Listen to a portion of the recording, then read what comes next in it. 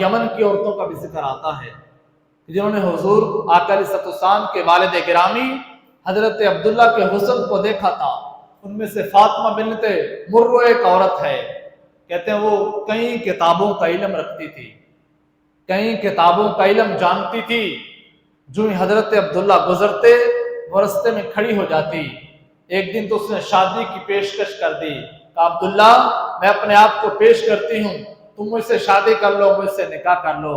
حضرت عبداللہ خاموشی کے ساتھ اپنے گھر کی طرف چلے گئے۔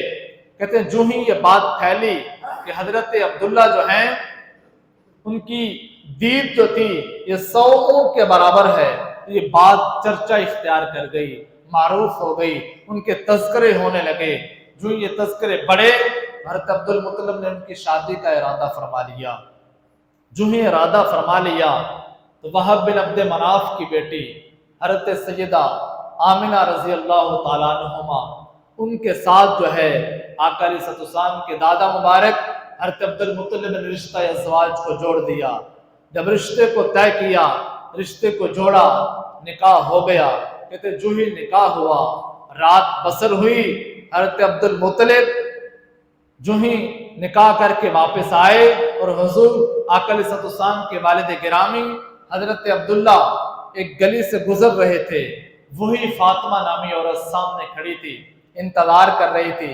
جو ہی حضرت عبداللہ کے اوپر ایک نظر پڑی، اس نے یوں چہرے کی طرف دیکھا، علم کافی زیادہ رکھتی تھی، کئی کتابوں کی عالمہ تھی، اس نے دیکھتے ہی پہچان لیا، اپنی نظر کو جھکایا، رستہ بدلنے لگی۔ حضرت عبداللہ نے پوچھا وجہ کیا ہے؟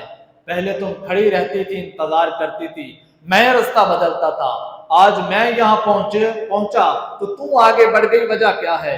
اس نے کہا مجھے یوں محسوس ہوتا ہے کہ آپ کی شادی ہو گئی ہے اور آپ نے ایک رات اپنی بیوی کے ساتھ بسر کی ہے۔ وہ شادی کو نہیں جانتی لیکن اس نے پہچان لیا۔ تو حضرت عبداللہ نے جب نعم کہا کہ بالکل ایسے ہی ہے، کہا تجھے کیسے پتا چلا؟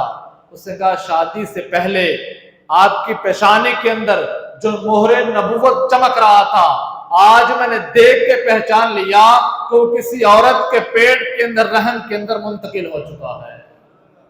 میں اس نور کو دیکھ کے تم سے شادی کرنا چاہتی تھی، مجھے وہ نورانیت نظر آتی تھی، مجھے وہ نبوت کا جو تاج آقا علیہ الصلوۃ والسلام والا تھا وہ مجھے نظر آ رہا تھا، تو میں تو اس لحاظ سے شادی کرنا چاہتی تھی۔